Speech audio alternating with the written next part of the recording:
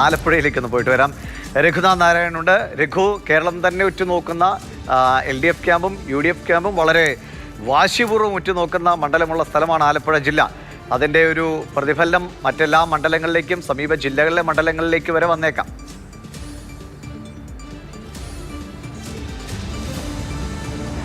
ദിവിഷ സംസ്ഥാനത്തെ തന്നെ CPM-ൻ്റെ ഏറ്റവും മുതിർന്ന നേതാക്കളിൽ ഒരാളായ G. സുധാകരനാണ് ഈ തെരഞ്ഞെടുപ്പ് സമയത്ത് CPM-നെയും LDF-നെയും വലിയ പ്രതിസന്ധിയിലാക്കി മുന്നണി മാറി പാർട്ടിയിൽ നിന്ന് പുറത്തേക്ക് വന്ന് UDF-ൻ്റെ പിന്തുണയോടുകൂടി സ്വതന്ത്രനായി മത്സരിച്ചത്. വിജയിക്കുക എന്നത് ഇരു കൂട്ടർക്കും വളരെ വാശിയേറിയ കാര്യമാണ്, അഭിമാന പോരാട്ടവുമാണ്. എന്നു മാത്രവുമല്ല, ഈ തിരഞ്ഞെടുപ്പിന് ഇത്രയും ഈ റിസൾട്ട് വരുന്നതിന് തൊട്ട് മുൻപ് പോലും ഇരു മുന്നണികളിലെയും സ്ഥാനാർത്ഥികൾ തമ്മിൽ പരസ്പരം വഴക്കിടുന്ന, പരസ്പരം ആരോപണങ്ങൾ ഉന്നയിക്കുന്ന കേരളത്തിലെ ഒരേ ഒരു മണ്ഡലം കൂടി അമ്പലപ്പുഴയായിരിക്കും. അപ്പോൾ ആ മണ്ഡലത്തിൽ എത്രത്തോളം വാശിയേറിയ രാഷ്ട്രീയ പോരാട്ടമാണ് നടന്നതെന്ന് നമുക്ക് ഊഹിക്കാവുന്നതേ ഉള്ളൂ. എന്തായാലും UDF ഉറപ്പിക്കുന്ന, ആലപ്പുഴ ജില്ലയിൽ നിന്ന് ഉറപ്പിക്കുന്ന 3 മണ്ഡലങ്ങളിൽ ഒന്ന് അമ്പലപ്പുഴയാണ്, 1 നിലവിലുള്ള രമേശ് ചെന്നിത്തലയുടെ മണ്ഡലമായ ഹരിപ്പാട്, 3 കുട്ടനാട്.